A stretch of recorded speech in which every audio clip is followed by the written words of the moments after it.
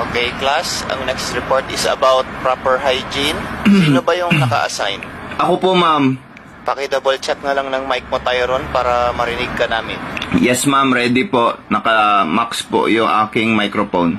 Okay, Tyron, naka-start na ako ng record. You may start anytime when you're ready. Proper hygiene is very important to the... Anak, ano to? Ba't ganito tong brief mo? Mana sa online class ako, Eh, ma. kaya nga, bakit tinatanong ko lang kung bakit ganito tong brief mo? Ba't may mga kulay brown? Tyron, ano yan? Ma, naririnig ka. Eh, no, yan, tingnan mo, di ba? Ayan, no, kulay brown. Tyron, ano Ba't yung nasa brown? gitna talaga may kulay brown yung brief mo? Class, be quiet. Kailangan natin malaman ano yung kulay brown. Ito, tingnan mo tong isa, brown lahat sa likod. Oh my God. Ano to?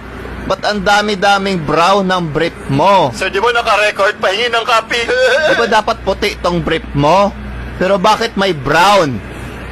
Anak, bakit may brown?